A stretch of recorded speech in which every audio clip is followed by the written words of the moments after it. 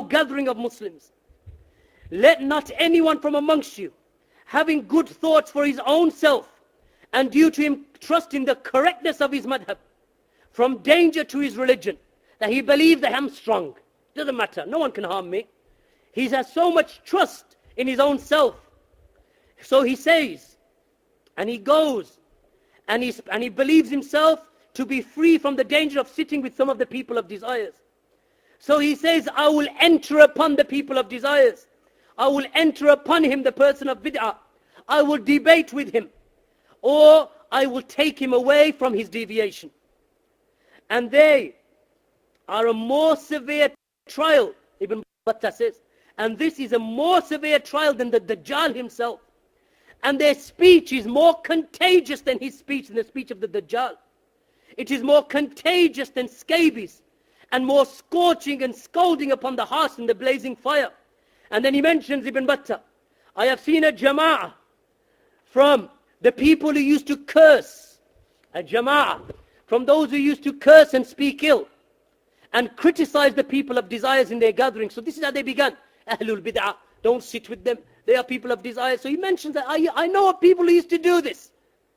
Then they started sitting with them with the intent of inkar, with the intent of forbidding them from evil and of refuting them. So then they started sitting with them and talking to them and disputing with them.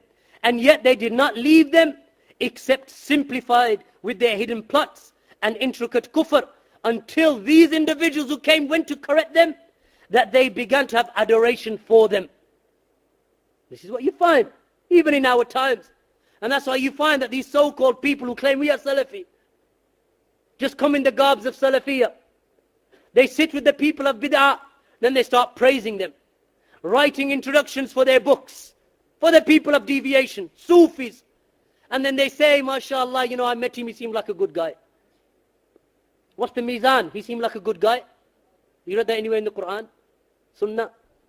That the mizan here between haqq and batil, or the measure between truth and falsehood, is that he gave you a salam and smiled in your face. That's how you measure a person. We measure a person by the truth that he carries, by the sunnah, even if he's harsh. Some of you may have had harsh parents. Some of you may have had playful, gentle parents. Some of you had mothers and fathers who used to beat, never let you get away with anything. Some of them were gentle. Do you love them any less? Still love them. Our parents, some of them harsh, some of them gentle. Nevertheless, they are beloved to us. So it's not the issue of harsh or gentle. That's not the mizan. Abu Bakr was the harshest. Prophet ﷺ said, the sternest of my ummah upon my ummah is who? Umar ibn al-Khattab. The gentlest of my ummah to my ummah is who? Abu Bakr as-Siddiq. The most modest of my ummah upon my ummah is Uthmaan radiallahu anhu. The best judge of my ummah upon my ummah is Ali ibn Abi Talib. All of them characteristics. All of them characteristics. Every ummah has a guardian. The guardian of this ummah is Abu Ubaidah ibn al-Jarrah. All of them have their particular characteristics. Does that change their nobility? All of them noble and excellent. All of them. So this is not when you look at a person, you say, well, he didn't really smile at me properly, so khalas, I'm going to the Tablighi Masjid. Well, are you going to give up your Jannah because the guy didn't smile at you? No, my brothers. If he didn't smile, teach him to smile. Next time you see him, smile at him, big one. So he sees that you are putting an effort in. This is not the way that we measure things, my brothers and sisters. He didn't smile. Oh yeah, I went to those brothers, right street, Salafi Masjid. I gave one of them salam. Akhi, I don't know if he really liked me. Wallahi, I went to the Sufi mosque. They hugged me and embraced me, offered me a sister to marry, and they said they'll get me a council house and maybe. So khalas, you're going to leave your madhab. You're going to leave the madhab of the haqq. You're going to leave the haqq for a council house and a wife. Allahul musta'an, ya ikhwan. Allahul musta'an. A man came to Anas ibn Malik. And Anas ibn Malik, as you know, was the companion of Allah's Messenger radiallahu anhu. That he accompanied the Prophet ﷺ for 10 years. He died in the year 92 or 93 after the Hijrah, whilst he was over 100 years old. So someone came to him and he said, Ya Aba Hamza. That was his kunya, the father of Hamza. He said, I met a people who deny the intercession and deny the punishment in the grave. So Anas said, they are kadhaboon. They are liars, so do not sit with them. Anas ibn Malik, the Sahabi. Look, even the time of the Prophet, after the Prophet ﷺ died, look at how the bid'ah started coming in. By the direction of the munafiqun, by the direction of the people of desires. They tried to corrupt the Muslims. They knew from the outside they can't beat us. If you can't beat a group of people from the outside, how do you beat them? Go inside, infiltrate. Huh? You know, the Cold War should have taught us that. You infiltrate them and you destroy them from inside. You break them. And this is what they did. Abdullah ibn Sabah, a Jew, became a Muslim, and he was the founder, the father of the Shia. And he was responsible for the battle of the Jamal. He was responsible for the killing, or they say that he was responsible for the rumor mongering that resulted in the death of Talha and Zubayr, radiyallahu anhuma, the two noble companions. Jew who became a Muslim just for that sake. So no doubt, my brothers and sisters, beware. So they said, we met a group of people who denied the intercession, denied the punishment. So he said, don't sit with them. Narrated by Ibn Battah in Al-Ibana.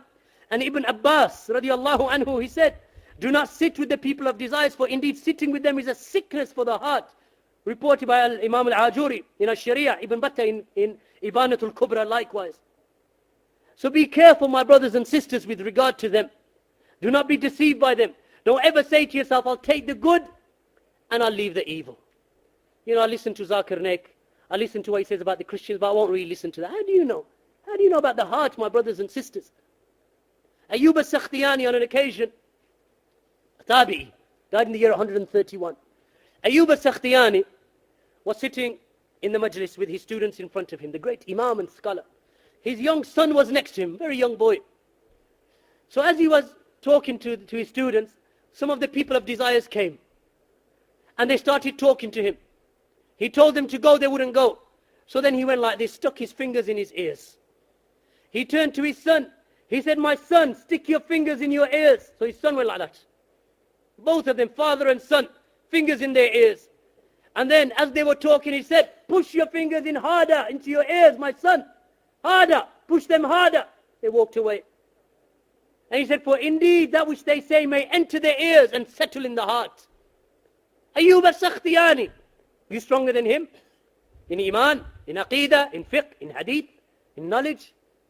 That he feared for his heart. Muhammad ibn Sirin, when those people came, the Qadariyah, and they said to him that we wish to talk to you. He said, I don't wish to talk to you. They said, then let us recite an ayah from the Quran to you. He said, not even an ayah from the book of Allah. And then they went away. They said to him, what difference would they have made? They're just reciting from the book of Allah. He said, they may have recited it, twisted it. It may have entered my ears, settled in my heart, and caused deviation. Protecting ourselves, these are ai imams. Wallahi, some of the brothers, we think that we know better. So you go to YouTube and type in Salafi. And sometimes you see, subhanallah, Salafi. Women, mutabarrijat, Salafi. Bid'ah, takfiris, Salafi. Refutation, let me just see what this shaitan has to say about Salafi, and then you click and you listen to him. You don't know, my brothers. Enters the ear, settles in the heart of shubha. How do you know? Prophet ﷺ said that the hearts of mankind are between the two fingers of Ar-Rahman. And he turns them whichever way he pleases. The hearts are weak, my brothers. So don't sit with the people of desires and don't think that you are able.